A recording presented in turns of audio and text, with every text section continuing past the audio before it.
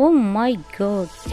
Hello guys, तो आज मेरे साथ एक ऐसा कोइंसिडेंट हुआ कि मैं तो खुशी से नाच उठी जब एक मैसेज ग्रुप में आया, वो भी मुख्यमंत्री स्नातक कन्या उत्थान योजना, और मैं खुशी से उछलते कूदते निकल पड़ी अपनी मंजिल की तरफ। और आगे देखिए मेरे साथ क्या हुआ। अब पैसा, रही बात पैसे की, तो पैसे किसको नहीं अच्छे लगते हैं, और वो भी फ्री के।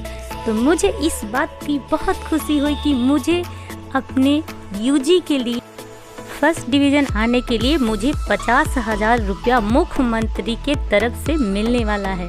अब इस खुशी में मैं देखिए कैसे जा रही हूँ, और बाहर का नज़ारा देखते हुए मैं देखिए पहुँच गई कैफ़े। और कैफ़े में जाने के बाद मुझे जानकारी मिलती है कि पहले का अपडेट है, लेकिन अभी का कोई नया अपडेट नहीं है। वही पहले का 18 से 21 पासिंग ईयर, और मेरा था 2017 का पासिंग ईयर।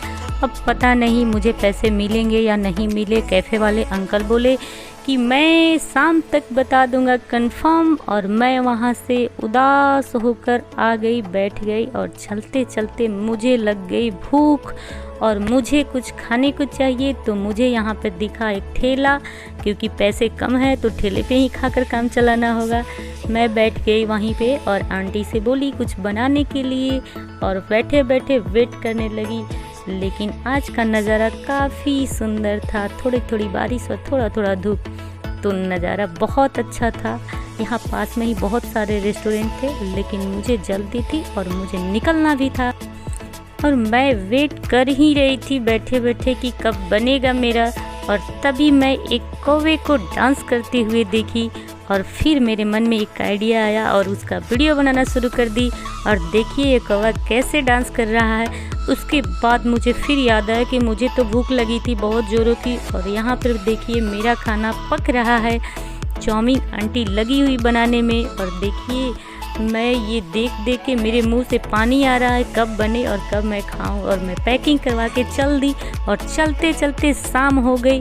तभी मुझे सामने एक माँ दुर्गे की मंदिर दिखी, और मैं उस मंदिर में बहुत सारी औरतों को देखी। आंटी लोग बैठी हुई थी और वो लोग गाना गा रही थी और बहुत खुशी से डांस भी कर रही थी।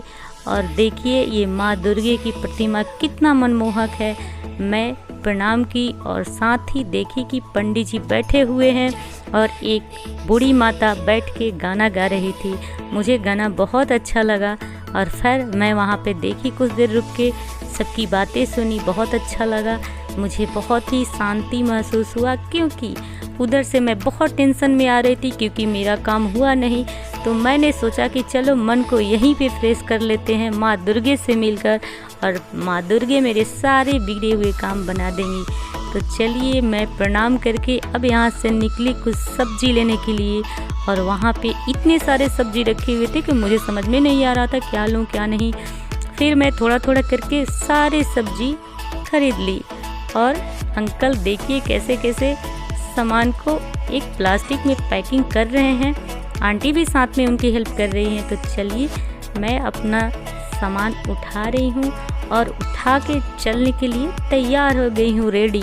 और फिर मैं रास्ते में चलते चलते थक गई, घर पहुँची तो जल्दी से अपने खाने को, नाश्ते को पलटी और खाने के लिए बैठ गई।